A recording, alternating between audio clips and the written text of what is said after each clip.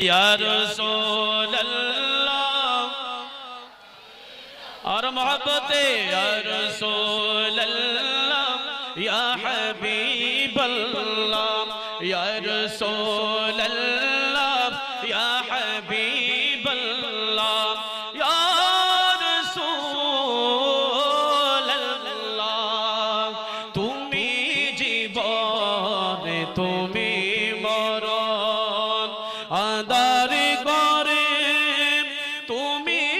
আপন তুমি জীবন তুমি মরণ আদার করে তুমি আপন তুমি মোদের পাড়ের তরি তুমি মোদের পাড়ের তরি তুমি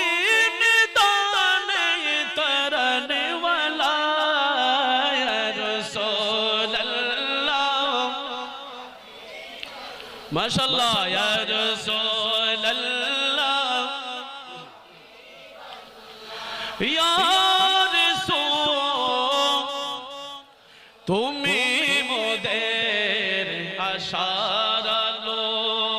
ताई तो तुम्हाय बाशी भालो तुमी मोदेर आशार आलो ताई तो तुम्हाय বাসি বানো হৃদয় নামের পরিধানিতে হৃদয় নামের পরিধানিতে গেতে রেখেছে প্রেমের মালা ইয়া রাসূলুল্লাহ ইয়া রাসূলুল্লাহ या हबीब अल्लाह या रसूल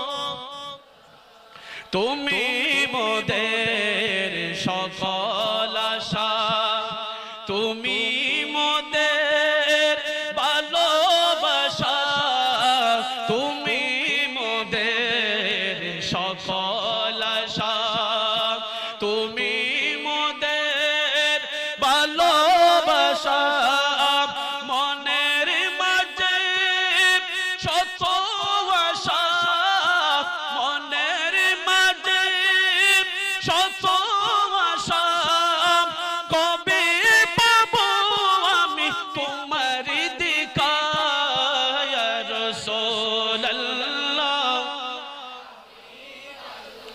या रसूल अल्लाह या हबीब अल्लाह या रसूल সকলে বলি মারহাবা কুল্লু মান আলাইহা ফান একদিন এই পৃথিবী ধ্বংস হয়ে যাবে সব কিছু ধ্বংস হয়ে যাবে একমাত্র রব্বুল আলামিন বাকি থাকবে কথা বলুন ঠিক কি না সব কিছু ধ্বংস হয়ে যাবে আমার আল্লাহ থাকবে তখনও নবীর জিকির বন্ধ হবে না কারণ আল্লাহ তো আছে আল্লাহ তো সবসময় নবীর জিকির করে সুবহানাল্লাহ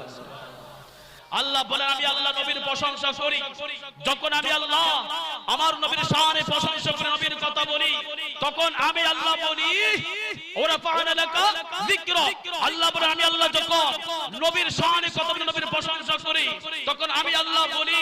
লাকাদ কানা লাকুম ফি রাসূলিল্লাহি উসওয়াতুন হাসানাহ আল্লাহ বলেন যখন আমি আল্লাহ আমার নবীর শানে কথা বলি প্রশংসা করি আল্লাহ বলেন আমি তখন আমি আল্লাহ বলি কুল্লিন কুনতুম তুহিব্বুনাল্লাহ ফাত্তাবিউনি ইউহিব্বুকুম আল্লাহ ওয়া ইয়াগফির লাকুম যুনুবাকুম ওয়াল্লাহু গফুরুর রহিম আল্লাহ বলেন যখন আমি আল্লাহ আমার নবীর শানে কথা বলি তখন বলি লাকাদ কানা লাকুম ফি রাসূলিল্লাহি উসওয়াতুন হাসানাহ আল্লাহ বলেন যখন আমি আল্লাহ আমার নবীর প্রশংসা করি তখন আমি আল্লাহ বলি ইন্নাকা লাআলা খুলুকিন আযীম আল্লাহ বলেন যখন আমি আল্লাহ নবীর প্রশংসা করি তখন আমি আল্লাহ বলি মা আতাকুমুর রাসূলু ফাখুযু ওয়া মা নাহাকুম আনহু ফান্তাহু ওয়াত্তাকুল্লাহ আল্লাহ বলেন যখন আমি আল্লাহ নবীর প্রশংসা করি তখন আমি আল্লাহ বলি ইয়া আইয়ুহাল্লাযীনা আমানু লা তারফাউ আসওয়াতাকুম ফাওকা সাওতিন নবী